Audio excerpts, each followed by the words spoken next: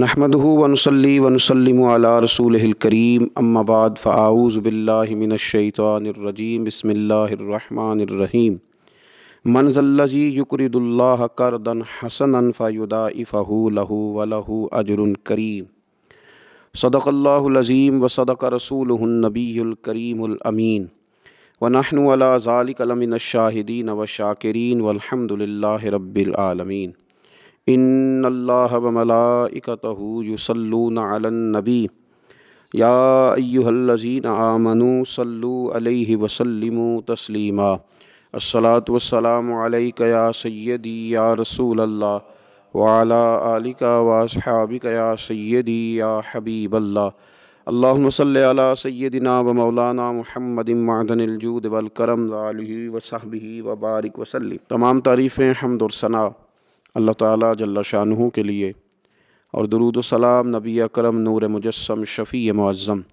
احمد مجتبیٰ جناب حضرت محمد مصطفیٰ صلی اللہ تعالیٰ علیہ وسلم کی ذات والا صفات کے لیے حمد و صلات کے بعد، اللہ تبارک و تعالیٰ نے کچھ انسانوں کو مالدار بنایا ہے اور کچھ کو اللہ تعالیٰ نے غریب، فقیر اور مسکین بنایا۔ اللہ تعالیٰ کی یہ تقسیم اس کی حکمت پر مبنی ہے۔ اب مالک کریم نے یہ فیصلہ فرمایا کہ وہ جن کو اللہ نے اپنے فضل سے مالدار کیا ہے وہ اپنے غریب، مسکین اور کمزور مسلمان بھائیوں کا خیال رکھیں۔ اور اسلام کا حسن دیکھیے، اسلام کا کمال دیکھیے کہ رب تعالیٰ فرماتا ہے تم خرچ کرو گے مسکین پر، غریب پر، اور وہ قرض دو گے تم اپنے رب تعالیٰ کو، خرچ اس پر کرو گے اور قرض اپنے رب تعالیٰ کو دو گے۔ ارشاد فرمایا من ذا الذی، کون ہے وہ جو اپنے رب کو اچھا قرض دے، جو اپنے رب کو اچھا قرض دے، قرض حسنہ دے، فیضاعفہ لہ، اور پھر اللہ تبارک و تعالیٰ اسے دونا کر کے واپس کرے گا۔ اللہ اس کے لیے وہ قرض جب واپس کرے گا تو رب دونا دے گا، ڈبل عطا فرمائے گا، اور وَلَهُ اجر کریم، اور ان کے لیے جو ثواب ہے وہ عزت والا ہے۔ صدر الفاضل سید نعیم الدین صاحب مراد آبادی رحمۃ اللہ علیہ فرماتے ہیں کہ یہ دیکھو کریم کا کرم کہ خود اپنے بندے کو مال عطا فرما رہا ہے، پھر خود ہی فرما رہا ہے کہ تم مجھے قرض دے۔ اور یہ عین انسان کے مزاج اور فطرت کے مطابق بات کی کہ تم مجھے قرض دو۔ جب کوئی انسان کسی کو ویسے کوئی چیز دیتا ہے تو اس کا خیال ہوتا ہے شاید واپس ملے نہ ملے، لیکن جب قرض دیتا ہے تو اس کا خیال یہ ہوتا ہے کہ یہ ضرور مجھے واپس ملے گی۔ تو فرمایا چونکہ تمہارے مزاج ہیں، تمہاری طبیعت ہے، تمہاری فطرت ہے، تم سمجھتے ہو کہ قرض ہمیں ضرور واپس ملے گا، لہٰذا تمہارا رب تمہیں کہہ رہا ہے کہ تم مجھے قرض حسنہ دے دو، اپنے غریب بھائیوں پر، مسکینوں پر، کمزوروں پر خرچ کرو اور اپنے رب کو قرض حسنہ دے دو، رب تمہیں ڈبل کر کے واپس عطا کرے گا، اور جو اجر دے گا وہ عزت والا دے گا، جو تمہیں ثواب عطا فرمائے گا وہ اکرام والا اللہ تمہیں ثواب عطا کرے گا۔ نبی پاک صلی اللہ تعالیٰ علیہ وسلم نے انفاق کی تعریف کی، اللہ کے راستے میں خرچ کرنے کی۔ جب تک امراء، مالدار لوگ خرچ نہیں کریں گے غرباء پر، مساکین پر، طلباء پر، فلاحی کاموں میں، دینی کاموں میں، جب تک وہ خرچ نہیں کریں گے تب تک معاملہ آگے نہیں بڑھے گا، تب تک وہ سارے منصوبہ جات جس سے کہ غریب کا بھلا ہونا تھا، جس سے دین کو مضبوط ہونا تھا، جس سے دین کی اشاعت ہونی تھی، وہ سارے منصوبے آگے نہیں بڑھیں گے۔ اس لیے نبی کریم صلی اللہ تعالیٰ علیہ وآلہ وسلم نے ارشاد فرمایا کہ تم خرچ کرو تاکہ تم پر خرچ کیا جائے، تم اللہ کے راستے میں دو تاکہ رب تمہیں دے، دو اس کے راستے میں وہ تمہیں عطا کرے اپنے فضل و کرم کے ساتھ۔ اللہ تبارک و تعالیٰ کے راستے میں جب خرچ کیا جاتا ہے تو رب راضی ہوتا ہے، پھر بندے کو اور زیادہ عطا کرتا ہے۔ آپ دیکھیے کہ اسلام نے خرچ کرنے کے بہت سارے مواقع بنائے اور فردن فردن غریب کو امیر کے ساتھ جوڑا، امیروں سے کہا کہ غرباء کا حصہ نکالو، سال کے بعد زکوٰۃ کا حکم دیا، ہر وہ شخص جو صاحب نصاب ہے وہ سال کے بعد زکوٰۃ ادا کرے۔ رمضان المبارک آیا تو صدقہ فطر کو رکھا گیا تاکہ جو غرباء ہیں، مساکین ہیں، وہ بھی عید کی خوشیوں میں امیر مسلمانوں کے ساتھ شامل ہوں۔ پھر جب فصل کا موقع آیا تو عشر رکھا گیا تاکہ غریب بھی تمہارے غلے میں، تمہارے اناج میں، تمہاری گندم میں، تمہارے چاول میں، تمہاری سبزی میں شریک ہو جائے۔ ہر موقع پر ان کو یاد رکھنا، ان کو ساتھ ملانا۔ قربانی رکھ دی گئی، اور قربانی بھی جب رکھی گئی تو امیر پر رکھی گئی، اس کا فلسفہ بھی یہی ہے کہ امیر قربانی کریں گے اور غریبوں تک اس کا گوشت پہنچائیں گے۔ میرے رسول کریم صلی اللہ تعالیٰ علیہ وآلہ وسلم نے یہ خوبصورتی کے ساتھ ایک کو دوسرے کے ساتھ جوڑا۔ اب ہوتا کیا ہے؟ ہوتا یہ کہ انسان کو مال سے پیار ہوتا ہے، فطرتاً کمائے ہوئے مال سے محبت ہوتی ہے۔ انسان بسا اوقات یہ سمجھتا ہے کہ بڑی مشکل سے تنکا تنکا کر کے، محنت کر کے، جد و جہد کر کے میں نے یہ مال جمع کیا ہے تو اب میں دے دوں۔ ایک لمبا عرصہ تک میں نے پردیس کاٹا، مشکلات برداشت کی، اور میں نے کئی راتوں کے رت جگے اس کام کے نام کی، اور اب آج اگر مالی طور پر میں مضبوط ہوا ہوں تو کیا میں یہ مال دے دوں؟ تو دیکھیے، اسلام ایک روحانی مذہب ہے، اس کی تعلیمات آفاقی ہیں۔ یہ ہمیں بتلاتا ہے کہ صرف فیصلہ وہ نہ کرو جو تمہاری آنکھوں سے نظر آ رہا ہے، کچھ چیزیں ایسی ہیں جو رب تمہیں اپنے فضل سے دے رہا ہے اور تمہاری ظاہری آنکھیں انہیں دیکھ نہیں رہی۔ نبی پاک صلی اللہ تعالیٰ علیہ وسلم نے ارشاد فرمایا، یہ حدیث مبارکہ صحیح مسلم میں موجود ہے، حضرت ابو ہریرہ رضی اللہ تعالیٰ عنہ فرماتے ہیں، دیکھیے حضور صلی اللہ تعالیٰ علیہ وسلم نہ بات کر کے مختصر جملوں میں کیسے آگے بڑھتے ہیں۔ کریم محبوب فرمانے لگے، یاد رکھنا صدقہ دینے سے مال کم نہیں ہوتا۔ اللہ اکبر! آپ کو تو میسج آ گیا بینک سے کتنے پیسے کم ہو گئے، آپ نے تو جو گن کے دراز میں رکھے تھے اس میں سے لاکھ میں سے آپ نے تو 5,000 دے دیا، تو آپ کو تو پتہ ہے وہ 95 رہ گیا ہے۔ لیکن یہ صحیح مسلم کے لفظ ہیں، حضور فرماتے ہیں صدقہ دینے سے مال کم نہیں ہوتا۔ کائنات کے سب سے سچے، کھرے، صادق اور امین محبوب علیہ الصلوۃ والسلام نے فرمایا کہ صدقہ دینے سے مال کم نہیں ہوتا۔ حکیم الامت مفتی احمد یار خان صاحب نعیمی رحمۃ اللہ تعالیٰ علیہ ارشاد فرماتے ہیں کہ کسان جب اس نے بیج کی بوریاں بھر کے رکھی ہوئی ہوتی ہیں، تو جب وہ جا کر کے بیج ڈالتا ہے نا کھیت کے اندر، تو بظاہر تو وہ بوریاں خالی کر کے آتا ہے، لیکن پتہ تب چلتا ہے کہ جب ایک ایک بیج پر پھر کئی کئی گنا دانہ لگتا ہے۔ آیا تو وہ خالی کر کے تھا، لیکن اگر تھوڑا سا وہ گہرائی کے ساتھ دیکھے تو اس نے تو کمال کر دیا، اب تو اس پر بے شمار دانے لگ گئے۔ تو حضور علیہ الصلوۃ والسلام نے فرمایا صدقہ دینے سے مال کم نہیں ہوتا، اور فرمایا معاف کرنے کی وجہ سے اللہ بندے کی عزت میں اضافہ کر دیتا ہے، اور فرمایا جو اللہ کی رضا کی خاطر جھک جائے اللہ اسے عزت عطا کر دیتا ہے۔ صدقہ دینے سے مال کم نہیں ہوتا۔ تو اپنی طبیعت کے اندر اگر شوق پیدا کر لیا جائے راہ خدا میں خرچ کرنے کا، ذوق بنا لیا جائے، ہمارا یہ ذہن بن جاتا ہے کہ یہ بھی میرے پیسے، یہ بھی میرے پیسے، وہ کونے میں میری جائیداد، یہ میرا مکان، وہ میرا بینک بیلنس، یہ میرے جانور، یہ میرا مال تجارت، یہ میرے کھیت کھلیان۔ میرے محبوب نے فرمایا تیرے 3 ہی مال ہیں، ایک تو نے کھا لیا ہے، ایک تو نے پہن لیا، ایک تو نے راہ خدا میں خرچ کر لیا، باقی تو وارثوں کا ہے۔ وارثوں کے مال کے بارے میں اس قدر زیادہ توجہ رکھنا، اس قدر زیادہ ذہن بنا کے رکھنا، تو اللہ تبارک و تعالیٰ کی راہ میں خرچ کرنے کا جو شوق ہے، حضور صلی اللہ علیہ وسلم نہ اس کی نصیحت کرتے۔ نبی پاک صلی اللہ تعالیٰ علیہ وسلم کے سامنے نا حضرت اسماء بنت ابی بکر صدیق خرچ کر رہی تھی، اللہ کے راستے میں دے رہی تھی، تو سرور کائنات صلی اللہ تعالیٰ علیہ وسلم نے فرمایا اسماء خرچ کرو پر گنا نہ کرو، گن گن کے اللہ کے راستے میں خرچ نہ کرو ورنہ رب بھی تمہیں گن گن کے دے گا۔ فرمایا تم اس کے راستے میں اس کی راہ سے کچھ بچا کے نہ رکھو تو رب تعالیٰ بھی جب تمہیں دے گا نا تو پھر بے حساب ہی عطا فرمائے گا۔ گن گن کے یوں احتیاط کر کے دیکھ کے پریشان ہو کے راہ خدا میں خرچ نہ کیا جائے، بلکہ اللہ تبارک و تعالیٰ کے راستے میں دیا جائے اور مالک کے حضور اس کی رضا کے لیے خرچ کیا جائے اللہ تعالیٰ کے بندوں پر۔ حضور صلی اللہ تعالیٰ علیہ وآلہ وسلم کی جو عادات جن کی وجہ سے کائنات میں میرے محبوب پاک علیہ الصلوۃ والسلام کے روز ڈنکے بجتے ہیں، حضور کی نعتیں پڑھی جاتی ہیں، ان میں حضور علیہ السلام کی ان خوبصورت عادات میں سے ایک عادت ہے حضور کا سخی ہونا، کریم ہونا۔ لب واں ہیں، آنکھیں بند ہیں، پھیلی ہیں جھولیاں، کتنے مزے کی بھیک تیرے پاک در کی ہے۔ نبی پاک صلی اللہ تعالیٰ علیہ وآلہ وسلم ارشاد فرماتے ہیں، حضور کا شوق دیکھیے خیرات کرنے کے تعلق سے۔ ہمارے ہاں یہ ہوتا ہے کہ بعض اوقات جیسے جیسے پیسہ بڑھتا جاتا ہے ویسے ویسے لوگوں کے اندر بخل آتا ہے، کنجوسی آتی ہے۔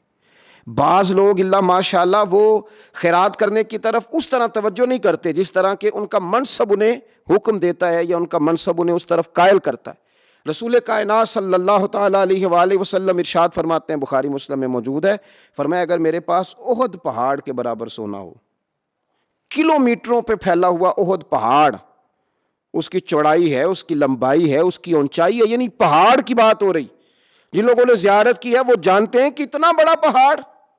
حضور فرماتے ہیں میرے غلاموں سنو، اگر میرے پاس احد پہاڑ کے برابر بھی سونا ہو تو فرمایا میرا دل چاہتا ہے کہ 3 راتیں گزرنے سے پہلے پہلے سارا اللہ کے راستے میں خرچ کر دوں، سوائے اس کے کہ جو میں نے قرض دینا ہو. قرض کے لیے بچاؤں گا، باقی میں سب اللہ تبارک و تعالیٰ کے راستے میں خرچ کر دوں گا. 3 راتوں سے زیادہ نہیں گزریں گی، خرچ کر دوں گا. یہ شوق ہے نبی پاک صلی اللہ علیہ وسلم کا سخاوت کے ساتھ. حضور پسند کرتے سخاوت کرنا. نبی پاک صلی اللہ تعالیٰ علیہ وآلہ وسلم نے اپنے دست مبارک سے ہمیشہ لوگوں کو عطا کیا. حضور صلی اللہ تعالیٰ علیہ وسلم خرچ کرنے کی ترغیب دیتے، لوگوں کو رغبت دلاتے. ہمارے ہاں پہلی تو بات یہ ہے کہ خرچ کرنے کا ماحول نہیں بنتا، اور اگر بعض لوگ خرچ کرتے ہیں تو بے دلی کے ساتھ خرچ کرتے ہیں. اللہ تبارک و تعالیٰ کے راستے میں جب آپ کو دینا ہے، جب آپ کو مالک کے راستے میں دینا ہے، تو پھر آپ کو بندہ تھوڑی دیکھنا ہے، پھر تو اللہ کی رضا دیکھنی ہے. تو خرچ تو کرتے ہیں، لیکن وہ خوش دلی، وہ ذوق، وہ شوق، وہ خوبصورتی ان کی طبیعت میں نہیں ہوتی جو ہونی چاہیے. اللہ کے راستے میں خرچ کریں تو اللہ کی رضا کو پیش نظر رکھ کے خرچ کریں. پھر خرچ کیا جاتا ہے، صدقہ دیا جاتا ہے، لیکن کب؟ بندہ بیمار ہو گیا، جب تندرست تھا، لاکھوں روپے پڑے تھے، صدقہ کرنے کا خیال نہیں آیا. ہزاروں موجود تھے، اس کے دل کی توجہ اس جانب نہیں ہوئی. آج بیمار پڑا ہے، کمزوری آ گئی ہے، قریب المرگ ہو گیا ہے، اب اس کا خیال آتا ہے کہ میں کچھ اللہ کے راستے میں دوں. ایک بکرا لو بھی، ذرا ذبح کر دو، ذرا تھوڑا صدقہ دے دو. کس بات پر؟ کہ میں بیمار ہو گیا ہوں. کس بات پر؟ کہ میں کمزور ہو گیا ہوں. اگر آپ صحت کے عالم میں صدقہ کرتے اللہ کو راضی کرنے کے لیے تو وہ کیا خوب تھا. وہ ہمارے ایک بزرگ ہیں تو فرمایا کرتے ہیں کہ میں نے جب خرچ کرنا شروع کیا تو میرے ذہن میں ایک بات آئی، اس نے مجھے ابھارا کہ میں اللہ کے راستے میں زیادہ خرچ کروں. میرے ذہن میں یہ بات آئی کہ یار جتنا میں اپنے والدین کی طرف سے خرچ کر رہا ہوں نا، میری اولاد بھی میرے بعد اتنا ہی خرچ کرے گی. تو کیوں نہ ایسا ہو کہ ان کے حقوق پورے ادا کر کے، ان کی آسانیوں کا خیال کر کے، جو اللہ تعالیٰ نے مجھے اپنے فضل سے زیادہ دیا ہے اس میں سے میں اللہ کے راستے میں خرچ کروں. تو اس شوق کے ساتھ میں نے خرچ کرنا شروع کیا. نبی پاک صلی اللہ تعالیٰ علیہ وآلہ وسلم ارشاد فرماتے ہیں کہ کسی بندے کا اپنی زندگی میں 1 درہم خرچ کرنا مرتے وقت 100 درہم خرچ کرنے سے زیادہ بہتر ہے. زندگی میں 1 درہم دینا مرتے وقت، یعنی عین بیماری کے عالم میں جب تو خرچ کر رہا ہے تو وہ تو 100 خرچ کرے گا درہم، اور تندرستی میں، صحت میں تو نے 1 خرچ کیا تو اللہ تعالیٰ اس 1 کا ثواب تجھے اس وقت سے زیادہ عطا فرمائے گا. یہ حدیث مبارکہ ابو داؤد شریف میں مشکات میں ملے گی. حضور فرماتے ہیں صحت کے عالم میں خرچ کر، بجائے اس کے کہ تیری طرف سے کچھ صدقہ دینے جائے تو خود صدقہ دینے جا، اپنے ہاتھوں سے دے اور شوق بنا کے دے اور توجہ کر کے دے، اور تیری طبیعت لگی ہوئی ہو اور تو خود اپنے کندھے پہ رکھ کے جائے، غریبوں کے گھر میں پہنچا کے آئے، اور تو تیرا دل کرے کہ اگر میرے گھر کے اندر گندم موجود ہے پھر کوئی بھوکا نہ سوئے. اگر میرے پاس طاقت موجود ہے کسی کو کپڑا پہنانے کی تو پھر کوئی غریب سردی میں ٹھٹھرتا نہ سوئے. اگر میرے پاس طاقت موجود ہے مکانات بنانے کی، پھر مالک کریم کا کوئی بندہ جس کو میرے رب نے پیدا کیا، اس کی قدرت کا جو شاہکار ہے رسول پاک علیہ السلام کا، کوئی غلام بغیر چھت کے نہ سوئے. اگر میرے پاس طاقت ہے تو پھر میرا حال تو یہ ہونا چاہیے نا کہ کسی غریب کی بیٹی اس لیے نہ بیٹھی رہے کہ اس کے پاس جہیز کوئی نہیں.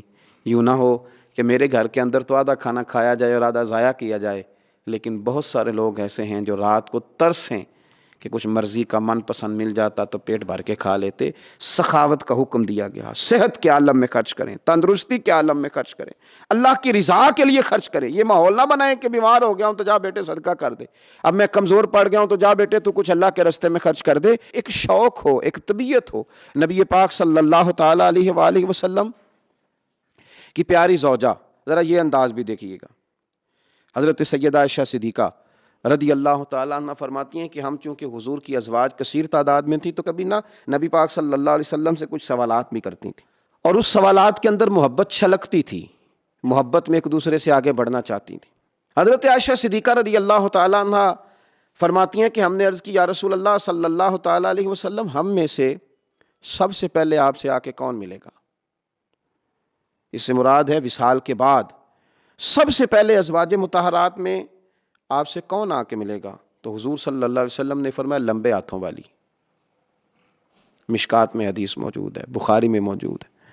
حضرت عائشہ صدیقہ کہتی ہیں حضور نے فرمایا وہ جو لمبے ہاتھوں والی ہیں نا میری اہلیہ میری زوجہ مومنوں کی ماں وہ ملیں گی، تو کہتی ہیں حضرت سودا رضی اللہ تعالیٰ عنہ کے ہاتھ لمبے تھے، قد بڑا تھا، تو ہماری نظر یہ تھی کہ حضرت سودا کے بارے میں حضور نے فرمایا کہ وہ ملیں گی، لیکن کہتی ہیں کہ وہ تو ہمیں بعد میں پتہ چلا جب حضرت زینب رضی اللہ تعالیٰ عنہ کا وصال ہوا تو سمجھ آئی کہ لمبے ہاتھوں سے مراد ہاتھوں کا لمبا ہونا نہیں، صدقہ اور خیرات زیادہ کرنا۔ وہ لمبے ہاتھوں والی تھیں، مومنوں کی ماں، خرچ کرتی تھیں، خیرات کرتی تھیں۔ شارحین حدیث نے لکھا ہے کہ وہ اپنے ہاتھوں سے کھالیں رنگتی تھیں پھر بیچتی تھیں، اپنے لیے نہیں۔ ان کا نان نفقہ تو حضور کے ذمے تھا، اپنے لیے نہیں۔ ان کو تو صحابہ کرام علیہم رضوان وہ ساری ذمہ داریاں حضور کے بعد بھی ادا کر رہے تھے جو حضور سید عالم صلی اللہ تعالیٰ علیہ وسلم کے حقوق رب تعالیٰ نے رکھے، لیکن وہ اپنے دست مبارک سے محنت کرتی، کھالیں رنگتی اور اپنی اولاد پر، مسلمانوں پر خرچ کرتی، ان کا شوق تھا۔ تو کریم محبوب علیہ السلام نے فرمایا یہ مجھ سے سب سے پہلے آ کے ملیں گی۔ حضور کے بعد ان کا وصال سب سے پہلے ہوا حضرت زینب رضی اللہ تعالیٰ عنہ کا۔ او بھائی، اس میں بھی ایک لطیف اشارہ ہے، اس میں بھی ایک خوبصورت اشارہ ہے کہ حضور کا قرب پانے کے لیے سخی ہونا بھی ضروری ہے۔ رسول پاک علیہ السلام کی بارگاہ ناز کے قریب ہونے کے لیے سخاوت کا مزاج ہونا بھی ضروری ہے۔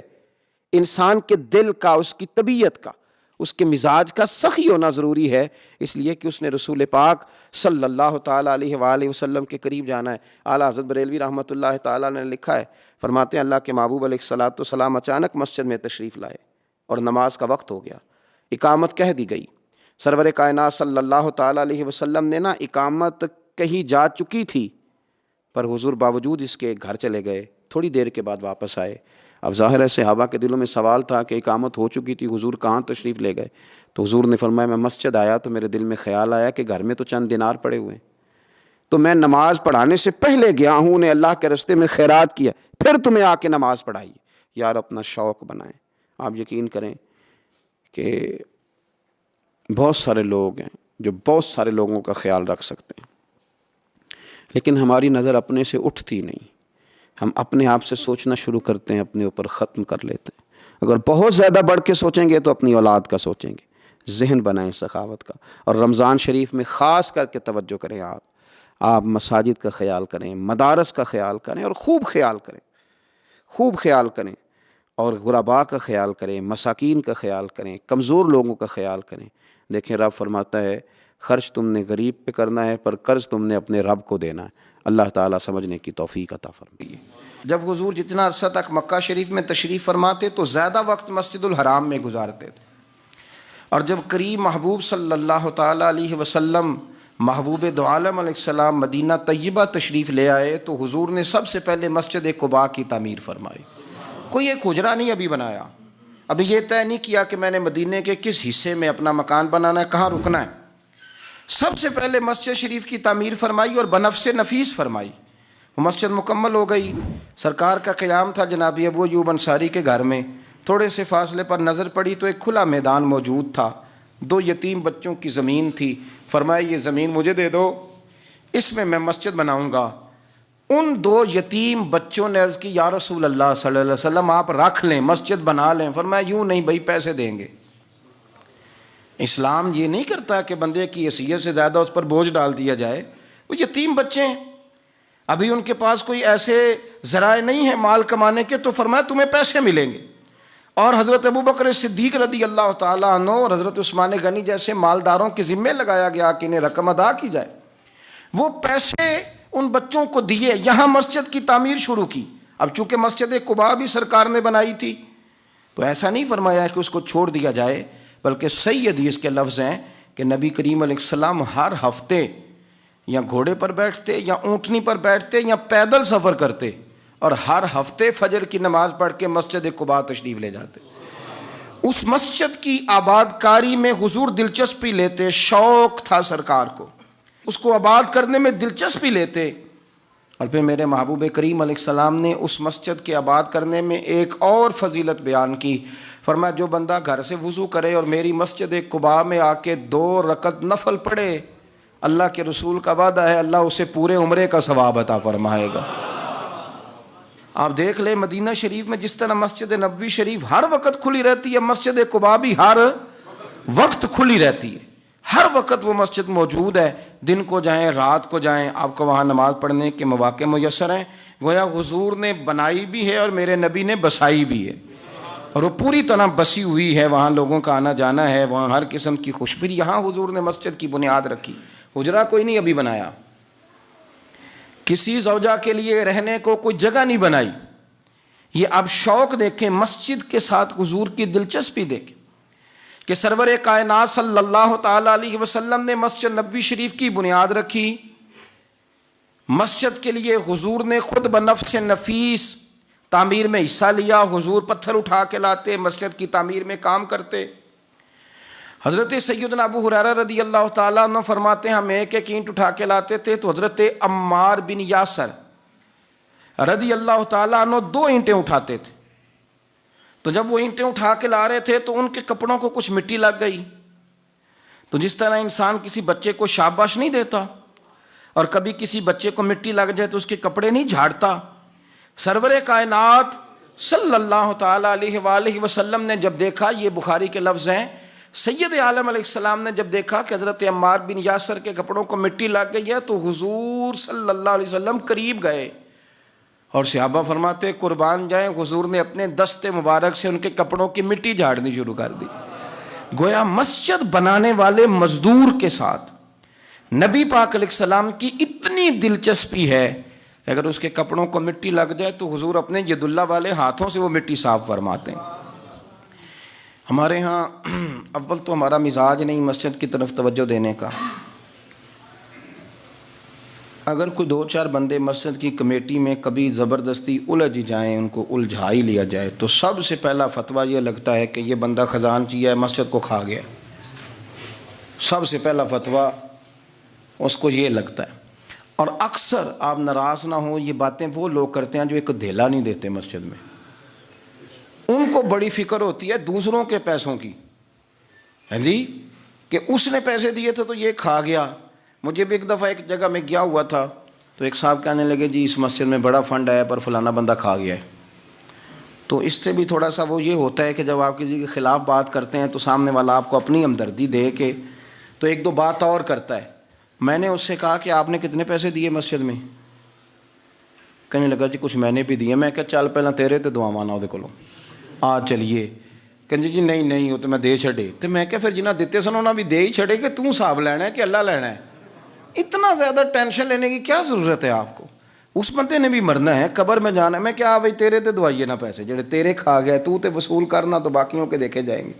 آپ کو یہ توفیق نہیں ہے کہ آپ تھوڑا سا آگے بڑھیں، کام دیکھیں، اخراجات دیکھیں، معاملات دیکھیں کسی بھی مسجد کے۔ آپ تنقید کر رہے ہیں کمیٹی پہ مفت کی، اور اس کا نتیجہ کیا نکلتا ہے؟ مسجدوں میں جھگڑے ہوتے ہیں، فسادات ہوتے ہیں، دنگا ہوتا ہے، اور امام صاحب بیچارے انہوں نے بھی تو پھر کو پارٹی رکھنی ہوتی ہے، جینا تو ہے نا دنیا میں، وہ بھی پھر کبھی کبھی دیکھ لیتے ہیں کہ اب پارٹی بھاری کیڑی ہے تو اس کی طرف وہ توجہ کر لیتے ہیں، پھر وہ بھی ایک نیا دنگا شروع ہو جاتا ہے۔ کیونکہ مسجد میں امام اس نے رہنا ہے جس نے بندوں کو راضی رکھنا ہے، اس کی پابندی ہوتی ہے۔ ایک نے کہہ دیا تو کھل کے نماز پڑھا، سویرے ہی تو مزہ ہوتا ہے نماز پڑھن دا، تو دوسرا کہتا ہے قاری صاحب آپ تو فارغ ہیں، ہم نے تو ڈیوٹی بھی کرنی۔ مسجد کی آباد کاری میں آپ حصہ لیں، چیزوں کو دھیڑنے میں آپ کردار نہیں ادا کریں، کیونکہ مسجد اللہ کی رضا کے لیے، اور میرے نبی پاک علیہ السلام نے فرمایا جس نے اللہ کی رضا کے لیے مسجد بنائی اس نے اپنے لیے جنت میں مکان تعمیر کرا لیا ہے۔ شرط یہ ہے کہ اللہ کی رضا کے لیے پارٹی بازی کے طور پر مسجد نہ بنائے، رضا الہی کے لیے مسجد بنائے، اس نے اپنے لیے جنت میں مکان بنا لیا ہے۔ مسجد کے ساتھ دلچسپی ہونی چاہیے، مسجد کی صفائی کریں، مسجد کے ساتھ آپ دیکھیں کہ کون سا بلب خراب ہے اس بلب کو آپ چینج کر دیں۔ آ کے تنقید کر کے چلے جانا کہ فلانا بندہ فلانا کام نہیں کرتا، یہ تو بڑا آسان کام ہے، یہ تو آپ کسی سے بھی کرا لیں، یہ تو لیکچر ساری دنیا دیتی ہے کہ فلانا غلط ہے فلانا غلط ہے۔ چیزوں کو غلط کہنا، بندوں کو غلط کہنا یہ آسان ہے، لیکن غلط چیزوں کو ٹھیک کر لینا یہ مشکل کام ہے۔ یہ والا میرے بھائی فریضہ سر انجام دیں، کوشش کریں کہ مسجد کے آپ قریب آئیں۔ حضرت تمیم داری رضی اللہ تعالیٰ عنہ میرے نبی کریم کے صحابی ہیں، انہوں نے سب سے پہلے مسجد میں آ کے چراغ جلایا تھا۔ اتنے راضی ہوئے میرے نبی پاک، اتنے راضی ہوئے، فرمایا تمیم تو نے مسجد میں چراغ نہیں جلایا، تو نے تو اپنی قبر روشن کر لی ہے، اور فرمایا تم نے تو مکمل نور حاصل کر لیا ہے، مکمل۔ اور خاص حضور نے ڈیوٹی لگائی سیدنا بلال حبشی کی، وہ مسجد کا خیال کرتے، مسجد پہ توجہ دیتے، مسجد نبوی میں کون سی چیز کہاں کس انداز میں کرنی ہے، حضرت بلال وہ خدمت سر انجام دیتے۔ نبی پاک علیہ السلام مسجد کے لیے مختلف اوقات میں مختلف احکام جاری کرتے۔ پہلے سرکار دو عالم صلی اللہ علیہ وسلم نے ایک دروازہ مخصوص کر دیا تھا، فرمایا بھئی ایک فیصلہ میرا یہ ہے کہ اس گیٹ سے صرف عورتیں آئیں گی، مرد نہ داخل ہوں۔ حضور نے وقف کر دیا عورتوں کے لیے۔ پھر ایک وقت ایسا آیا کہ نبی پاک صلی اللہ علیہ وسلم کے بہت سارے صحابہ نے، جن کے گھر مسجد کے بالکل ساتھ ساتھ تھے، انہوں نے مسجد کے اندر دروازے کھول لیے تھے، مسجد میں آیا کرتے تھے۔ اللہ کے رسول صلی اللہ علیہ وسلم نے فرمایا بھی اب جماعت کا وقت ہوتا ہے اور بالکل دروازہ مسجد کے اندر تم نے کھولا ہوا ہے تو کچھ چیزوں میں مشکل پیدا ہوتی ہے، لہذا سارے دروازے بند کر دو، ایک دروازہ کھلا رہے، اور وہ ہے جناب ابو بکر صدیق کا۔ وہ آج بھی کھلا ہے مسجد نبوی میں، اس کو وہ دروازے کو بند نہیں کرتے، کبھی ضرورت ہو تو وہ آگے کوئی کنات لگا دیتے ہیں، دروازہ وہ ہمیشہ کھلا رہتا ہے، اس لیے کہ اس کو میرے نبی پاک نے کھولا ہے، وہ دروازہ کھلا رہتا ہے۔ حضور نے مختلف اوقات میں مسجد کی تزئین و آرائش میں، اس کی وسعت میں دلچسپی کا اظہار کیا۔ حضرت بلال جھاڑو دیتے، آنے والے لوگوں کا خیال کرتے، مجھے کہہ لینے دیں، اس کو سیاسی نہ رہنا سمجھے، مجھے کہنے دیں، اور میں بہت ساری احادیث اور بہت ساری سیرت کی کتابوں کا نچوڑ ایک جملے میں بیان کرتا ہوں۔ مسجد نبوی ایک پارلیمنٹ ہاؤس کا درجہ رکھتی تھی، اسی میں سارے فیصلے ہوتے تھے، اسی کے اندر کافروں کے ساتھ جو معاملات تھے وہ طے ہوتے تھے، اسی میں ہر چیز سیٹ ہوتی تھی مسجد کے اندر۔ ہماری سیاست ناپاک اس لیے ہوئی ہے کہ ہم نے مسجد سے باہر نکال دی۔ جب تک یہ مسجد کے اندر تھی، وضو کر کے لوگ بیٹھتے تھے، قرآن پاک کی آیات بیان کر کے اپنا موقف بیان کرتے، بڑا صاف ستھرا نظام چلتا تھا۔ امیر المومنین کا پارلیمنٹ ہاؤس مسجد ہوتی تھی، وہ مسجد میں بیٹھ کے سارے کام کرتے تھے، اور مسجد کے پاکیزہ ماحول کے اندر سارے کام مکمل کیے جاتے تھے۔ حضرت سیدنا بلال حبشی کی ڈیوٹی تھی، جن لوگوں نے مسجدیں بنائی ہوتی ہیں ان کو مسجدوں سے پیار بھی بڑا ہی ہوتا ہے، اور میں اکثر آئمہ مساجد کو میں نے دیکھا ہے، امام صاحب نہ بیچارے پہلے انہوں نے بندہ تلاش کرنا ہوتا ہے جو ان کی جگہ پہ نماز پڑھائے، پھر انہوں نے کہیں جانے کا وعدہ کرنا ہوتا ہے، پھر وہ 15 فون کرتے ہیں، فلانے کے پاس چابیاں ہیں وہ لے کے جماعت کرا دینا، بڑا پیار کرتے ہیں مسجد سے، بڑا، لیکن اس بیچارے کا ایک قدم بھی مسجد میں پکا نہیں ہوتا۔ سارے نمازی غلطی کر لیں، بھول جائیں تو بچ جاتے ہیں، ان کو کوئی مسجد سے نہیں نکالتا، لیکن امام کبھی کسی موقع پر کسی بھی جگہ کو 2-4 جگہ پہ چھٹی کر لے، کوئی غلطی کر لے تو فارغ ہو جاتا ہے، حالانکہ سب سے زیادہ دلچسپی اس کی ہوتی ہے مسجد کے ساتھ۔ ہم مسجد کی آباد کاری میں جب ذوق پیدا کریں گے، نبی پاک صلی اللہ علیہ وسلم جب سفر پہ جاتے تھے تو سب سے آخر میں مسجد نبوی شریف میں آتے، نماز پڑھتے، اور جب سفر سے واپس آتے تو سب سے پہلے مسجد میں آتے، نماز ادا کرتے۔ حضرت بلال حبشی مسجد کی خدمت کرتے تھے، پھر حضور کے وصال کے بعد وہ ملک شام تشریف لے گئے، وہاں انہوں نے وقت گزارا۔ حضرت عمر فاروق رضی اللہ تعالیٰ عنہ جب ملک شام کے دورے پر تشریف لے گئے اپنے دور خلافت میں، تو کہتے ہیں میں جناب بلال حبشی سے ملنے گیا، تو کہتے ہیں حضرت بلال نے سب سے پہلے مجھ سے پوچھا کہ بتاؤ میرے نبی پاک کی مسجد کا کیا حال، وہ فلاں کونے کی کیا پوزیشن ہے، فلاں جگہ اب کیا حالات، وہ فلاں جگہ سیدہ عائشہ کے حجرے کے پاس فلانا کام ہونے والا تھا، اس کی کیا پوزیشن ہے، ایک ایک چیز کے بارے میں پوچھا۔ کیا خوبصورت فرمان ہے حضرت عبداللہ ابن مسعود کا، آپ فرمایا کرتے اللہ کا کوئی بندہ جب مسجد میں کسی مخصوص جگہ نماز پڑھتا ہے نا، تو جب وہ کچھ دن نہیں آتا تو مسجد اس کا انتظار کرتی، مسجد اس سے ڈھونڈتی ہے، مسجد پوچھتی ہے وہ کدھر گیا، قربان جاؤں۔ فرمایا اگر وہ بندہ انتقال کر جائے، وہ دنیا چھوڑ جائے، تو مسجد کی وہ صف روتی ہے، وہ اسے ڈھونڈتی ہے، وہ اس کو تلاش کرتی ہے، وہ اس کے لیے آنسو بہاتی، اللہ کے حضور التجا کرتی ہے کہ یا اللہ وہ یہاں رہا کرتا تھا، وہ یہاں نماز پڑھتا تھا، وہ یہاں آیا کرتا تھا، مسجد اس کے لیے روتی ہے۔ اللہ کرے آپ سمجھے میری بات، کسی کو بیٹے رو رہے ہیں، کسی کو بیٹیاں رو رہی ہیں، کسی کو وہ لوگ رو رہے ہیں جن کی ضرورتیں پوری کرتا تھا، اور یہ جو مسجد سے پیار کرنے والا تھا، مسجد کا نمازی، اس کے لیے مسجد کی صف، مسجد کا مصلی آنسو بہاتا ہے، اے مالک وہ کہاں گیا جو یہاں نماز پڑھتا تھا؟ مجھے بتلاؤ، جس کو مسجد یاد کر کے روئے گی، پھر اس کی قبر پہ اللہ کتنی رحمتوں کا نزول فرمائے، پھر اس کے اوپر کس قدر کرم کی برکھا برسے، اسے کس قدر نوازا جائے گا جس کے لیے مسجد روئے گی۔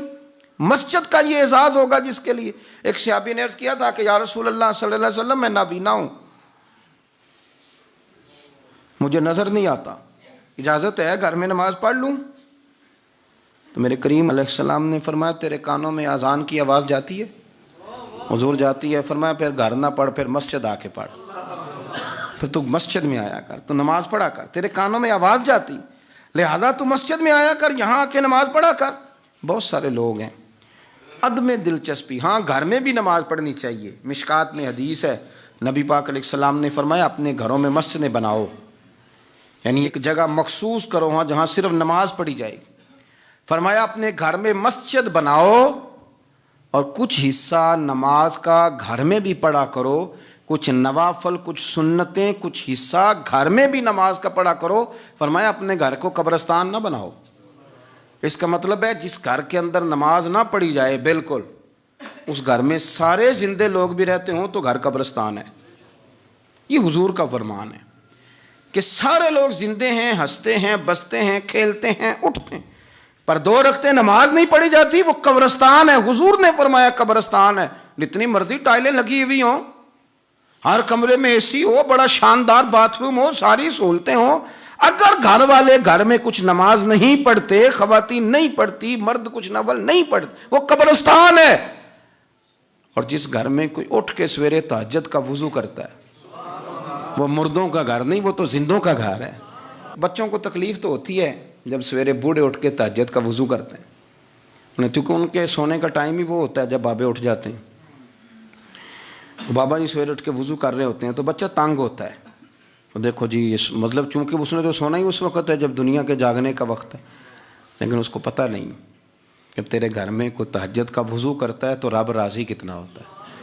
ہو سکتا ہے تیری بھی بڑی خطائیں اس کی وجہ سے معاف ہو جاتی ہوں۔ اس کا بوڑھا باپ، اس کا دادا، اس کا نانا سویرے اٹھ کے نماز پڑھنے لگا۔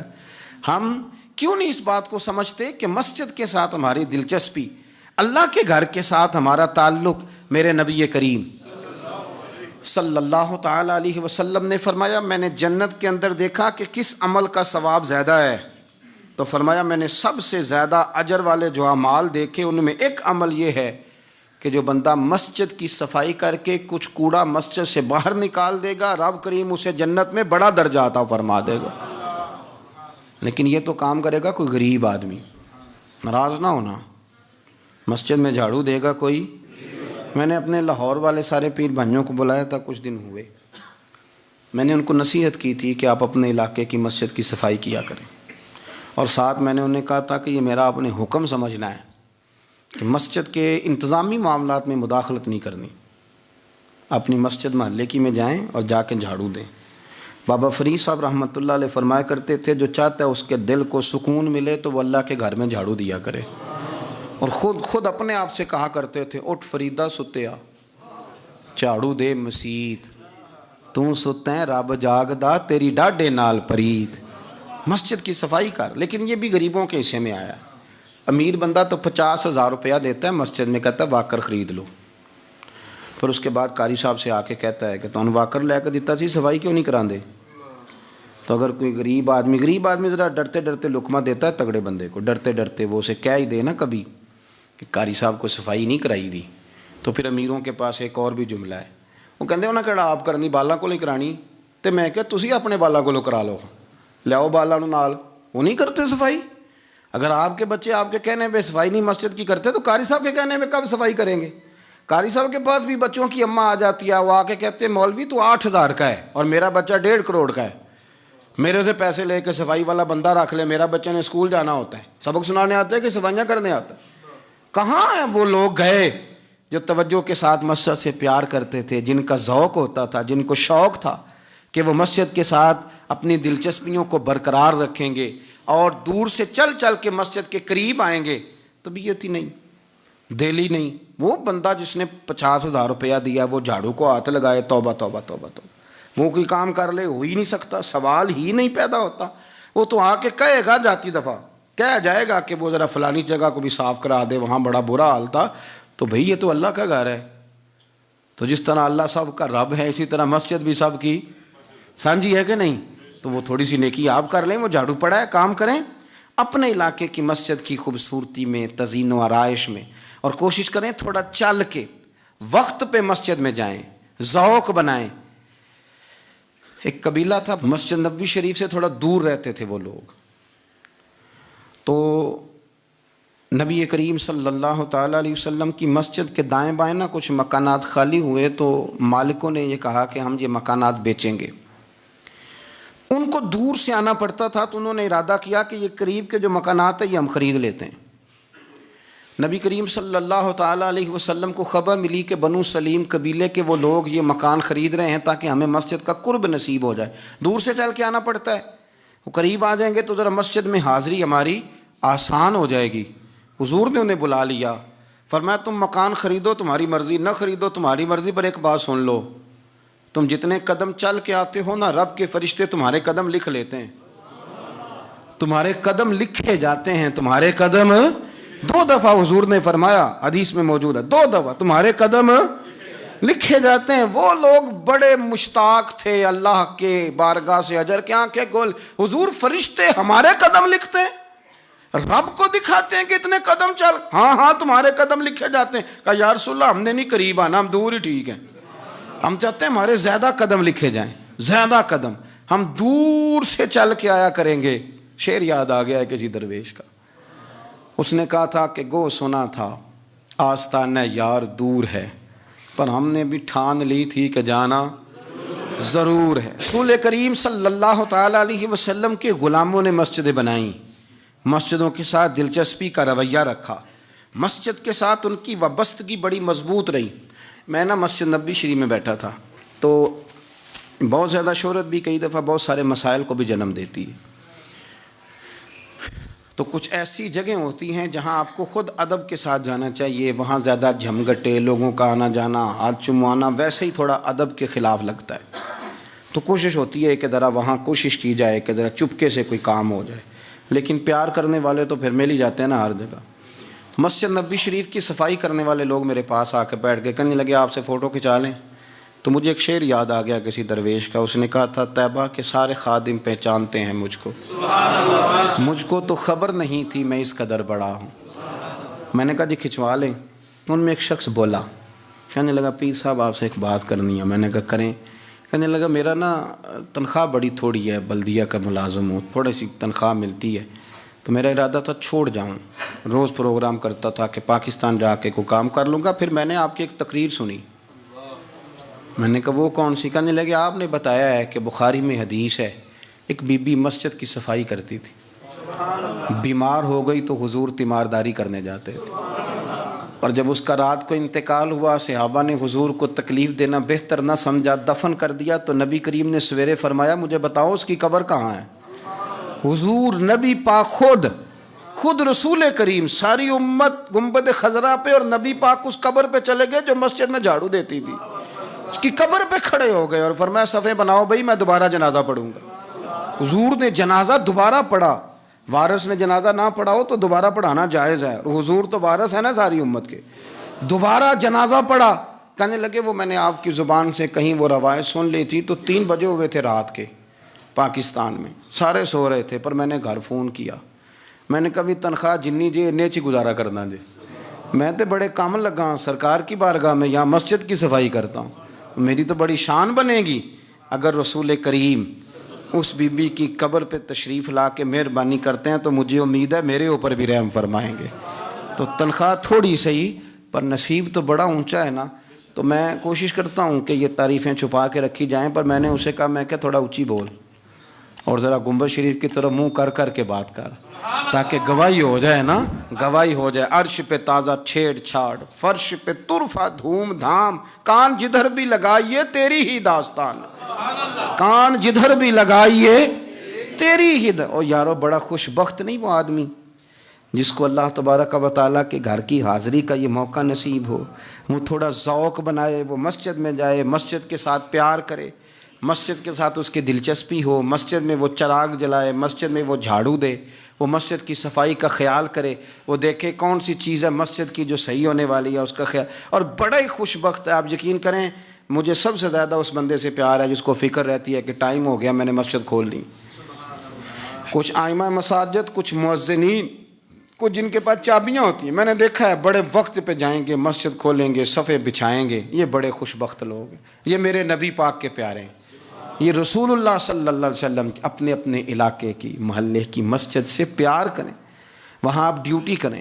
ہمارا نہ جو بندہ ڈیوٹی کرتا ہے وہ نہ کچھ سربراہی بھی لینا چاہتا ہے، بغیر سربراہی کے ڈیوٹی کریں۔ دیکھیں آپ وہاں کیا خدمت سر انجام دے سکتے ہیں، کس طرح کر کے آپ اپنا کردار، آپ کی طبیعت بڑی ٹھنڈی رہے گی۔ آپ اللہ کے گھر سے پیار کریں گے تو اللہ آپ کے گھر کو آباد کرے گا، آپ کو بڑی ساری برکتیں، بڑی ساری سعادتیں ملیں گی، بڑی ساری نعمتیں آپ کو میسر آئیں گی۔ ایک دفعہ میں یہاں نا نماز پڑھ کے نا تھوڑا تھوڑا میں کبھی جب میں خود جماعت کرایا کرتا تھا شروع میں، تو میں یہاں تھوڑا سا گھومتا تھا کئی دفعہ باہر گلی میں، تو 15-20 دنوں کے بعد ایک بابا جی کبھی آتے تھے تو 10 روپے 15 روپے بار گلے میں ڈال کے چلے جاتے تھے، تو میں نے ان کو، میں جانتا نہیں تھا، 2-3 دفعہ نظر پڑی تو مجھے تھوڑا سا ذہن بنا کہ یہ بزرگ کون ہے۔ میں نے ایک دن ان سے کہا، میں نے کہا بزرگوں آپ اکثر آتے ہیں اور 10-15 روپے آپ گلے میں ڈالتے ہیں اور آپ چلے جاتے ہیں، پھر جدھر سے آپ آتے ہیں، یہاں تو نا بندہ رستے سے گزر رہا تھا تو جاتی دفعہ مسجد نظر آئی تو اس نے کچھ ڈال دیا تو واپس لوٹ جاتے ہیں۔ کہنے لگے مولوی صاحب میرا ایک ذہن ہے کہ ہر مسجد میں میرے نام کی ایک اینٹ لگ جائے، اور میرا ذہن ہے، میں غریب سا بندہ ہوں، زیادہ پیسے میں دے نہیں سکتا، تو میں نے مسجدیں رکھی ہوئی ہیں، تو میں ہر مہینے ہر مسجد میں جتنی میں نے رکھ لی ہیں میں جاتا ہوں، تو اپنے حصے کی نا میں اس میں جو میرے سے ہو سکتا ہے میں کتنا اچھا ذوق ہے، کتنی اچھی طبیعت ہے۔ کوئی ضروری ہے کہ آپ کے پاس 15 لاکھ روپیہ ہو آپ الگ سے ایک مسجد بنائیں، پھٹی لگوائیں تبھی کام چلے گا؟ ان بزرگوں کے 10 روپے سے شاید پوری اینٹ بھی نہ لگتی ہو، لیکن ایک دلچسپی کا اظہار تو ہوا نا، مسجد کے ساتھ وابستگی تو نظر آئی نا۔ تو آپ اپنے علاقے کی مسجد کے ساتھ پیار کریں، اس کا قرب اختیار کریں۔ حضرت عبداللہ ابن عباس کہتے ہیں نبی کریم علیہ السلام نے مجھ سے فرمایا، عبداللہ ساری دنیا مل کے تیرا کچھ سنوارنا چاہے سنوار نہیں سکتی جب تک اللہ نہ چاہے، اور ساری دنیا مل کے تیرا کچھ بگاڑنا چاہے بگاڑ نہیں سکتی جب تک اللہ نہ چاہے۔ تو یہ سہمنے کا کیا مطلب ہوا جی؟ ڈرے ڈرے رہنے کا کیا مطلب؟ حالات کے سہمے ہوئے لوگوں کو بتا دو حالات بدل جاتے ہیں، ایک جیسے نہیں رہتے۔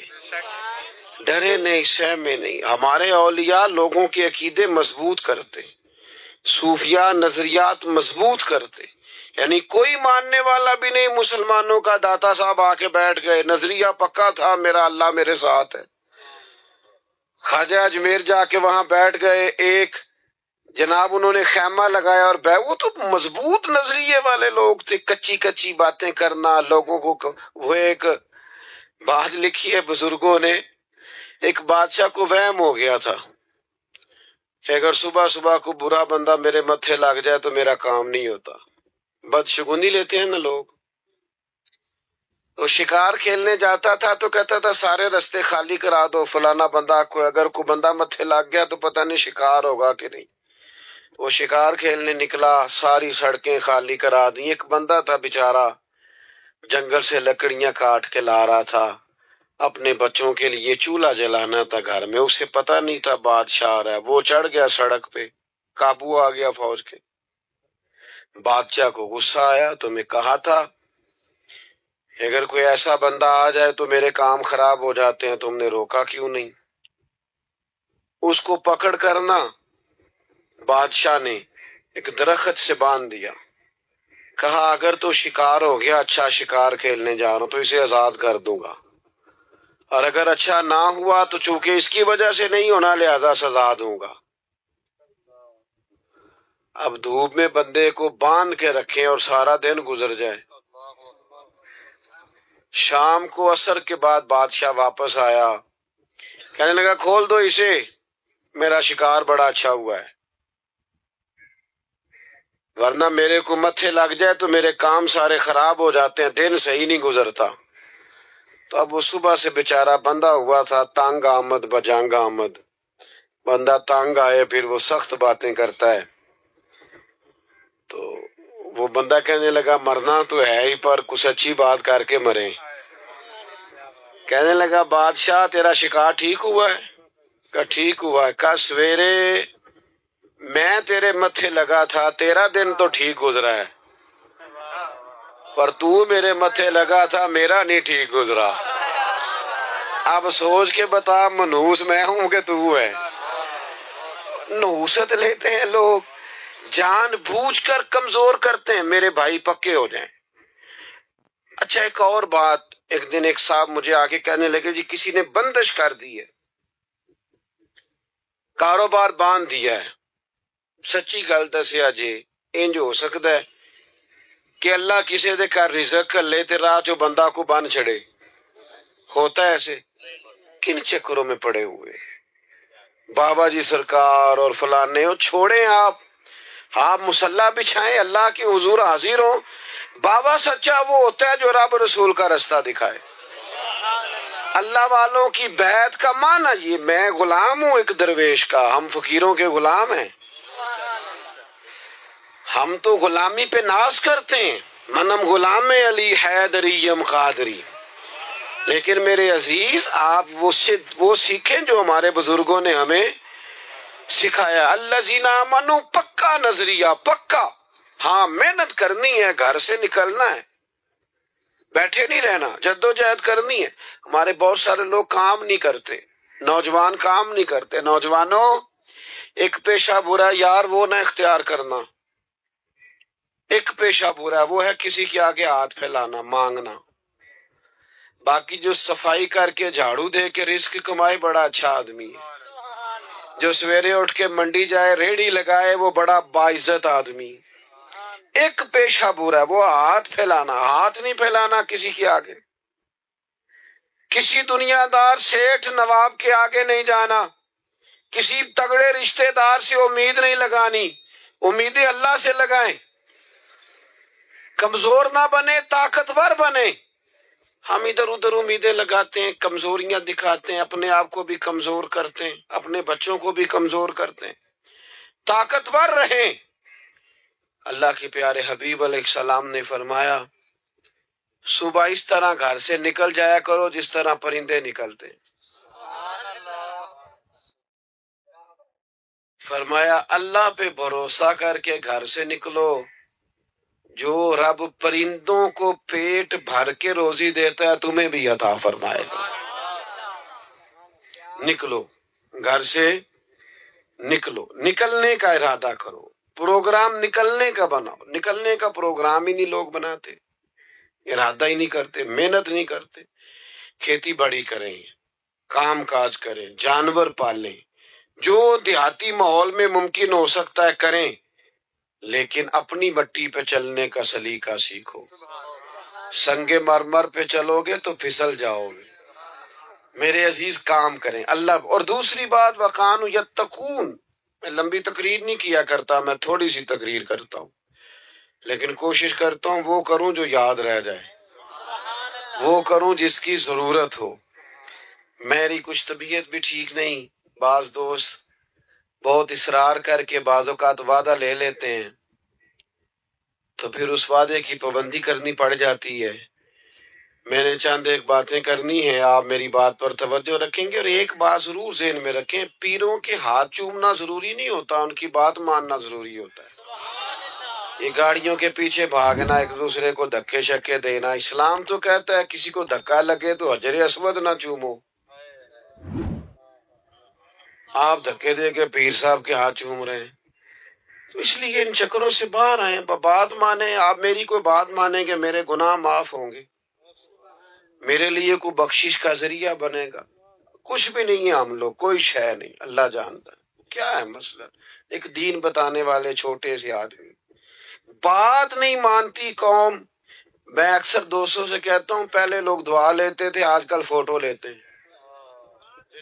پہلے ملتے تھے کہتے دعا کرو، اب کہتے ہیں کبھی فوٹو بن جانا۔ او بھائی فوٹو کوئی ثواب کا کام ہے، خیر کا کام کریں جو کرنے والا ہے۔ تو پہلی بات یہ کہ مضبوط ایمان، مضبوط عقیدے، اور پھر وَكَانُوا يَتَّقُونَ، اللہ کا بندہ متقی ہوتا ہے۔ متقی کون ہوتا ہے؟ بولیے۔ نماز پڑھنے والے کو نمازی کہتے ہیں، حج کرنے والے کو، سخاوت کرنے والے کو، گناہ سے بچنے والے کو متقی کہتے ہیں۔ پرہیزگار، کوشش کرے گناہوں سے بچے، اس کو متقی کہتے ہیں۔ ڈاکٹر کے پاس دوائی لینے جاتے ہو، ڈاکٹر ایک دوائی دیتا ہے، ساتھ پرہیز بتاتا ہے۔ مشکل کام کیا ہے؟ جلدی سے بتائیں نا، دیر بڑی کرتے ہیں۔ کچھ لوگ ناراض ہیں، بولتے نہیں بالکل بھی۔ بتائیں، دوائی کھانا مشکل ہے کہ پرہیز کرنا؟ بس سمجھ لو یہ دین میں بھی پرہیز ہی مشکل ہے۔ لوگ نماز پڑھ لیتے ہیں، جھوٹ سے پرہیز نہیں کرتے، روزہ رکھ لیتے ہیں، غیبت سے پرہیز، حج کر لیتے ہیں لیکن مال حرام سے پرہیز۔ پرہیز کریں، پرہیز کرنا تقوی ہے۔ پرہیز کرنے والا متقی ہے، متقی اللہ کا دوست ہے۔ اپنی زندگی میں تقوی، پرہیزگاری اختیار کریں۔ اللہ کے بندے پرہیزگار ہوتے ہیں، چھوٹی چھوٹی غلطیوں سے بھی بچنے کی کوشش کرتے ہیں، معصوم نہیں ہوتے، ہو جاتی ہیں انسان سے خطائیں، مقدور پر کوشش کرتے ہیں کہ بچا جائے، پرہیز کی جائے۔ تقوی کیا ہے؟ حضرت عمر فاروق رضی اللہ تعالیٰ عنہ نے حضرت ابی بن کعب رضی اللہ تعالیٰ عنہ سے فرمایا، بتائیے تقوی کیا ہے؟ تو وہ عرض کرنے لگے، حضور تنگ رستے سے بندے نے گزرنا ہونا اور کھلا لباس پہننا ہو اور دونوں جانب جھاڑیاں ہوں کانٹے دار، تو کیسے گزرے گا؟ تو آپ نے کہا ذرا کپڑے سمیٹ کے گزرے، دائیں بائیں توجہ رکھ کے گزرے۔ فرمایا بس حضور دنیا میں بھی ہر طرف گناہوں کی جھاڑیاں ہیں، جو ذرا توجہ سے بچ کے گزر جائے اسے متقی کہا جاتا ہے۔ اللہ کے بندے متقی ہوتے ہیں، وہ پرہیزگار ہوتے ہیں۔ میں آپ کو کیسے یہ بات سمجھاؤں کہ پیر کے لیے کرامت ہونا ضروری نہیں۔ کہتے میں تویز لے آسی تو میں ٹھیک ہو گیا، تو وہ تے بندہ دوائی لے آوی ہو جاندہ ہے، پھر ڈاکٹر نو پیر مان لو۔ اور بھئی اگر تیری گناہوں کی بیماری گئی ہے تو پھر تو ڈاکٹر صحیح پیر ہے، پھر تو تیرا پیر کامل ہے۔ اور اگر تو پیری مریدی آج کل نہیں منع کرتے پیر، وہ کہندے نذرانہ آ رہے ہیں، نسانوں کی لوڑے ڈکنے دی، یہ جرم کردہ کرے، ایتھے تے لنگر تے دھیان نہ پہنچاندہ ہے کہ نہیں؟ باقی چھوڑو، یہی کام اسٹیجوں پہ ہوتا ہے۔ نعت کا نعت پڑھ رہا ہے، دنیا چھڑنی پہ تے چھڑ دیاں گا، دامن حضور دا، تو 40,000 تو کچھ ہے چھڑ، وہ نہیں چھوڑتا، وہ اس نے سارے لینے ہیں پورے۔ تقریریں ہو رہی ہیں اور نقابتیں ہو رہی ہیں اور خطابت ہو رہی ہے، بھی آپ اللہ رسول کا دین بیان کریں، اور بڑا ہو گیا، یہ کمائی کا ذریعہ ہے۔ لوگ کدھر جائیں گے؟ یہاں بھی ریٹ لگیں گے، یہاں بھی وہی کام ہوگا جو دنیا دار کرتے ہیں۔ خدا کے بندو، اللہ سے ڈرو۔ میں نذرانے کا مخالف نہیں، لیکن آپ نے تو ریٹ رکھنے شروع کر دیے، آپ نے تو کہنا شروع کر دیا پہلے اتنے جمع کراؤ پھر میری گاڑی چلتی ہے۔ اللہ کے بندے، تقوی، پرہیزگاری، اس کا سبق، اس کا درس، اللہ کے بندے متقی ہوتے ہیں، وہ پرہیزگار ہوتے ہیں۔ سب سے پہلا تقوی زبان کا، آپ جو بولیں سوچ کے بولیں، زیادہ باتیں کرنے کی عادت نہ ڈالیں، جو منہ میں آئے کہہ نہ دیں، رب سے ڈر کے بات کریں۔ میرے نبی کریم علیہ السلام نے فرمایا، کئی دفعہ تم بات کرتے کرتے ایسا جملہ بولتے ہو تمہیں پتہ ہی نہیں ہوتا، مالک کو اتنا پسند آتا ہے تمہارے لیے جنت کا فیصلہ کر دیتا ہے۔ اور کئی دفعہ تم بات کرتے کرتے ایسی بات کرتے ہو تمہیں پتہ ہی نہیں ہوتا، اور جملے کی وجہ سے تمہارے لیے جہنم کا فیصلہ ہو جاتا۔ تو تقوی، پرہیزگاری، محتاط، یعنی وہ کسی کا دل توڑنے سے بچتے ہیں، وہ کسی کو تکلیف دینے سے بچتے ہیں، وہ اذیت دینے سے بچتے ہیں، وہ پریشان۔ میں آپ سے عرض کروں، ہمارے ملک میں جو سب سے بڑا مسئلہ ہے نا، وہ اپنی ذات کے لیے جینے کا مسئلہ ہے۔ ہمیں صرف اپنے سے غرض ہے، دوسرے سے کوئی غرض۔ ایک درویش گزرے حضرت اجل شیرازی رحمت اللہ علیہ، مرید بیعت ہوا تو اس نے کہا حضور کوئی وظیفہ، فرمایا وظیفہ یہ ہے جو نبی پاک نے بیان کیا ہے۔ حضور نے فرمایا جو اپنے لیے پسند کرنا وہی اپنے بھائی کے لیے پسند کرنا، یہ تیرا وظیفہ ہے۔ کئی دنوں کے بعد پھر آیا، کہا حضور کوئی پڑھنے کے لیے بتائیں، فرمایا اس پر عمل کر جو میں نے تجھے کہا ہے، جو اپنے لیے پسند کرنا وہی اپنے۔ جو لوگ اس حدیث پر عمل کرتے ہیں مجھے بتائیں وہ کبھی میلا کچیلا مال بیچیں گے، گلے سڑے پھل بیچیں گے، رشوت کا بازار گرم کریں گے؟ حضور نے فرمایا جو اپنے لیے پسند کرو وہی اپنے۔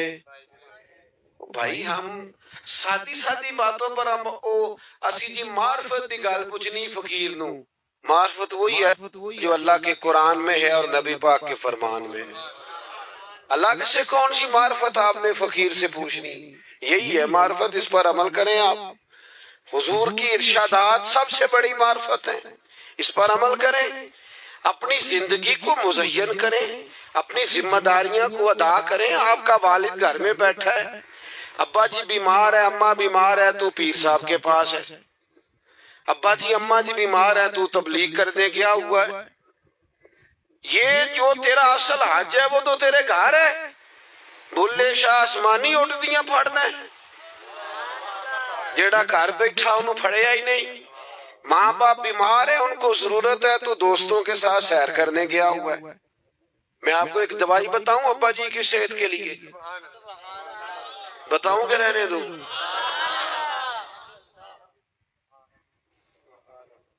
اگر وڈیرے گھر بیمار نے تو ماں اور باپ تو ایک دوائی بتاؤں؟ کچھ بندے کوردے نے، ہاں نہ نہیں کرتے، بتا دو جی۔ اللہ آپ کو اسی طرح مسکراتا رکھے، آپ مسکرائے ہیں تو میرا دل خوش ہو گیا۔ یاروں کو ٹیلی فون کرتے ہو نا کہ آج کھانا باہر سے کھانا ہے، ایک دوائی بتاتا ہوں، ابا کو فون کرو، کہنا ابا جی آج روٹی نہیں کھانی، میں آؤں گا، میرا دل کرتا ہے آپ کے ساتھ بیٹھ کے کھاؤں۔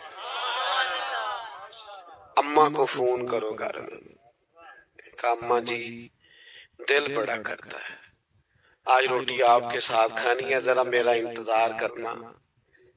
اماں کی طبیعت ٹھیک ہو جائے گی، ابا جی کو سکون کی نیند آئے گی۔ اوئے ہوئے کوئی مزہ ہے اس کا، کوئی اس کا ذائقہ ہے۔ ایک دفعہ کہے ابا جی سے کہ ابا جی میرا دل بڑا کرتا ہے، موسم بدل گیا ہے، کپڑے لینے جانا ہے پر میں نے آپ کے ساتھ جانا ہے، آپ میرے ساتھ چلیں، پھر میں نے خریدنے ہیں۔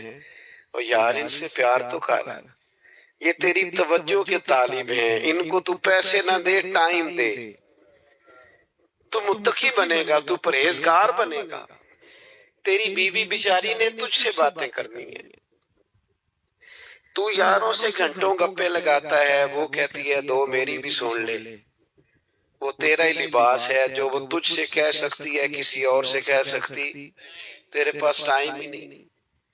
تو باقی ساری کھیلیں کھیل آیا ہے اور بچے تیرے انتظار کر رہے ہیں، اور تو ان کو کہتا ہے میں بڑا تھکا ہوا ہوں، پیچھے ہٹ جاؤ۔ نبی پاک علیہ السلام سے زیادہ کو مصروف رہ سکتا ہے، پر حضور تو نواسوں کو کندھوں پہ بٹھاتے تھے۔ نبی پاک کے ساتھ تو وہ نماز کے وقت بھی ساتھ آ جاتے۔ ہم اپنی اصل جو زندگی ہے اس کو خوبصورت کیوں نہیں کرتے؟ ہمیں شریعت اسلام، میں اکثر دوستوں سے کہتا ہوں جو دادا اللہ نے پسند کیا اس خاندان میں اللہ نے مجھے پیدا کیا۔ وہ کیسا سما ہوگا، کیسی وہ گھڑی ہوگی، وہ کیسا سما ہوگا، کیسی وہ گھڑی ہوگی، جب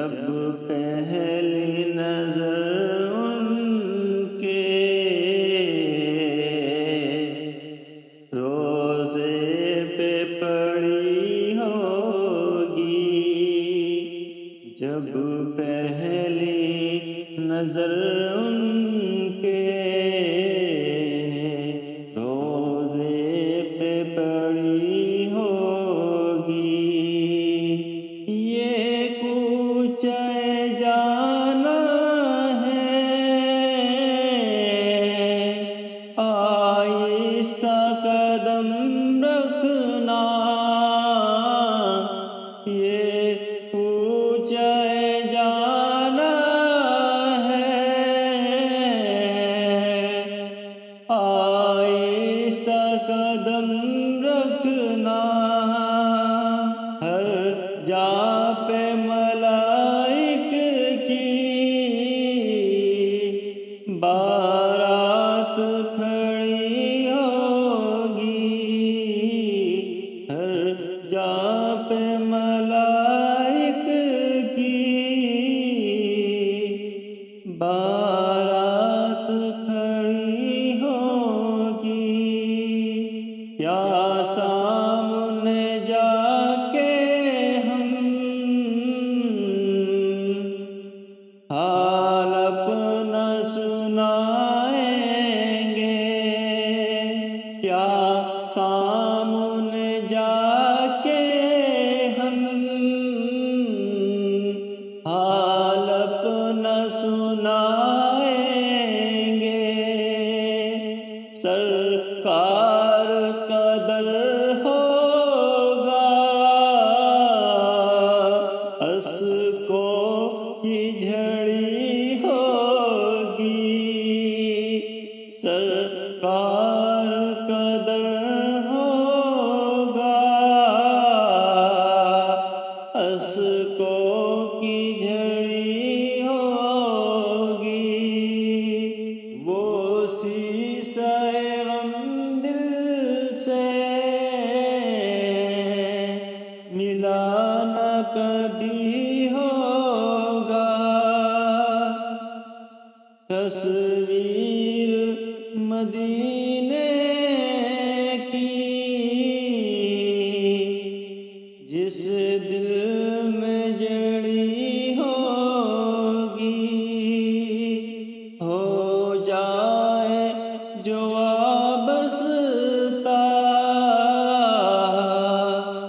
سرکار کے قدموں سے، ہو جائے جو وابستہ سرکار کے قدموں سے، ہر چیز جمانے کی قدموں میں پڑی ہوگی، ہر چیز زمانے کی قدموں میں پڑی ہوگی، چارہ نہ کوئی کرنا، ایک نعت سنا دینا، چارہ نہ کوئی کرنا، ایک نعت سنا دینا، نا چیز ظہوری کی جب سانس اڑی ہوگی، وہ کیسا سما ہوگا، وہ کیسی گھڑی ہوگی، جب پہلی نظر ان کے روزے پہ پڑی ہوگی، جو ماں باپ دادی نانا نانی ماموں چاچو اللہ نے پسند کیے وہاں مجھے اللہ نے پیدا کیا، یہ ہماری مرضی نہیں ہوتی ہے، کس کی مرضی ہوتی ہے؟ تو جو تو جو دادا اللہ نے پسند کیا وہ ہمیں بھی پسند ہونا چاہیے۔ جو ਨਾਨਾ ਅੱਲਾ ਨੇ ਹਮਾਰੇ ਲਈ ਪਸੰਦ ਕੀਆ ਹਮੇ ਵੀ ਪਸੰਦ ਹੁਣ ਅਸੀਂ ਦੂਜਿਆਂ ਨਾਲ ਪਿਆਰ ਕਰਦੇ ਹਾਂ ਤੇ ਆਪਣਿਆਂ ਨਾਲ وہ میرے عزیز آپ کا لہجہ انداز محبت والا ہو پیار والا ہو آپ متقی بنیں یہ جو اپنی مرضی کا سونا اپنی مرضی کا اٹھنا اپنی مرضی کا جاگنا اپنی مرضی کا کھانا اس سے نکل آؤ دوسروں کا خیال رکھنا شروع کرو تھوڑا سولیا کرو نوجوانوں والدین کو ٹائم دو بچوں کو ٹائم دو اپنے گھر میں وقت گزارو اپنے پڑوسیوں کا خیال رکھو میرے نبی پاک نے فرمایا میں اسے مومن نہیں مانتا جو پیٹ بھر کے روٹی کھائے اور پڑوسی بھوکا سو جائے اپنے ارد گرد تھوڑی توجہ کرو باتیں چونکہ زیادہ نہیں کرنی تھی بس بڑی جلدی ختم کرنے لگا ہوں ایک ضروری بات اور بھی ہے اللہ کے جتنے ولی تھے نا ان کی جو شے سب سے زیادہ مضبوط تھی وہ تھا مصلی عبادت 2.5 گھنٹے قوم موبائل تے بیوے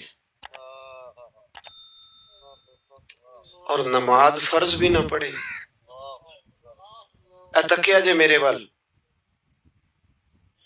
میرا کو دوست اگر مجھے ایک دفعہ کہے نا ٹائم کوئی نہیں تو انو ملن دا میں کہنا بھائی تیری میری دوستی تے سلام دعا جڑی ہے نا وہ اگے نہیں چل سکتی تیرے کو ٹائم نہیں تے اسی تے اگے بڑے مصروف ہاں یہ بات ہوئی ہم تو پہلے صبح کہیں دوپہر کہیں شام کہیں ہم سے تو پوچھو نا کیا ہمارے حالات زندگی ہیں عدم سے لائی ہے ہستی میں آرزو رسول کہاں کہاں لیے پھرتی ہے جستجو رسول تو کوئی دوست کہے جی ٹائم نہیں تو انہوں ملن دا تے تسی دوستو تو انہوں اچھا لگتا ہے بولو نا یار اللہ مجھے معاف کرے نقل کفر نہ باشد جب یہ کہتے ہو کہ میرے پاس نماز کا ٹائم نہیں پتہ ہے کتنی ڈاڈی بات کرتے ہو میرا ایک کلاس فیلو تھا تو میں اسے کہتا نماز پڑھ کہتا بس یار میں ہے اچھا آدمی کہتا یار بس وہ کاروبار بہت پھیل گیا دعا کرنا یہ میری غلطی ہے تو چونکہ بے تکلفی تھی تو اس کو چوٹ لگ گئی آپریشن کرانا پڑا فریکچر ہو گیا تو پھر میں تیمارداری کرنے کے لیے گیا 2-3 دفعہ تو آخری پھیرے میں نے اسے کہا چھوٹی سی بات کرنی اور میں نے بڑے ادب سے بڑے دھیمے لفظوں میں کہا میں کیا وہ آپریشن دا ٹائم نکل آیا نماز کا ٹائم ہی نہیں صبح فلائٹ ہو تو آنکھ کھل جاتی ہے نماز کے لیے کیوں نہیں کھلتی نہ کرو یار ایسے مصلی بعد والذین یبیتون لربہم سجدا وقیاما اللہ کے بندوں کی راتیں سجدوں میں گزرتی ہیں قیام میں گزرتی ہیں محفلیں بے شک چھوٹی ہو جائیں نمازیں نہیں چھوٹی ہونی چاہیے آپ باقی جگہوں پہ ٹائم کم کریں عبادات کے لیے اپنے آپ کو تیار کریں ذہنی طور پر فکری طور پر تو میری بات مکمل ہوئی میں نے 3 باتیں آپ کے سامنے رکھی ایک تو یاد رکھنا ہے ہمیشہ بھولنا نہیں کہ دیکھیں میں تقریر جو میں کر رہا ہوں میں آپ کو دہرا رہا ہوں سبق صحیح یاد کرا رہا ہوں اللہ کا ولی کامل ایمان والا ہوتا ہے اس کا عقیدہ ٹھیک ہوتا ہے یقین مضبوط ہوتا ہے اور قریب بیٹھنے والوں کا یقین بھی وہ مضبوط کرتا ہے دوسری بات یہ کہ وہ متقی پرہیزگار ہوتا ہے وہ گناہ سے بچتا ہے دوسروں کو بھی بچانے کی اور تیسری بات یہ کی کہ مسلح مضبوط نماز کی پابندی اور ایک بیچ میں ضمناً میں نے مسئلہ سمجھایا ہے اے ماپیاں دا ذرا خیال کرو یہ اپنے بیوی بچوں کو ذرا ٹائم دو اپنے پڑوسیوں بہن بھائیوں کا ذرا خیال کرو تھوڑی توجہ کرو یار ہمارے رشتے ترس گئے وہ بڑا ٹائم ہے یاروں کو فون کرنے کو بہن بیچاری کہتی ہے چلو ایک فون ہی آ جائے پرادا لیکن اس کے لیے ٹائم نہیں ہے میرا خیال ہے جو 4 باتیں میں نے عرض کی ہیں کافی ساری تقریروں کا خلاصہ عرض کیا آپ کے سامنے اگر آپ اپنی زندگی میں تھوڑی سی تبدیلی لائیں، کہیں آج ہم درویش کے عرس پہ گئے تھے، یہ سیکھ کے آئے ہیں، جس نے زور نہیں پڑی انشاءاللہ تعالی محفل ختم ہوتے ہی پڑھنی ہے، نماز کی پابندی کرنی ہے، عبادات. اور یہ داڑھی اللہ نے مرد کو دی ہے، عورتوں کو دی نہیں. دیکھو اس کا مطلب وہ پسند کرتا ہے، مرد کی داڑھی پسند کرتا. اور بزرگوں سے میں کہوں گا یار چھوٹی داڑھی والے نے بھی بندے مولوی صاحب ہی آختے نہیں، رکھ لئی تو پھر پوری رکھیے ایک مٹھی داڑھی. اچھا میں بات تو ختم کرنے لگا تھا، بات یاد آ گئی، میں نے کہا کر جاؤں. بندہ سادہ پیارا لگے تو لوگ کہتے ہیں پیارا لگ رہا ہے، داڑھی کے ساتھ پیارا لگے تو کہتے ہیں کتنا نورانی چہرہ ہے. تو نورانی چہرہ اسی کا ہے جس کا چہرہ حضور جیسا ہے. کوئی فرق نہیں پڑتا، کوئی فرق نہیں پڑتا. یہ اگر کبھی سج گئی تو آپ سج جائیں گے. میرا خیال ہے کہ اب آپ اس طرح کی دھوم نہیں مچائیں گی جیسے جب میں آیا تھا تو آپ نے مچائی تھی. محفل ابھی جاری ہے نا جی؟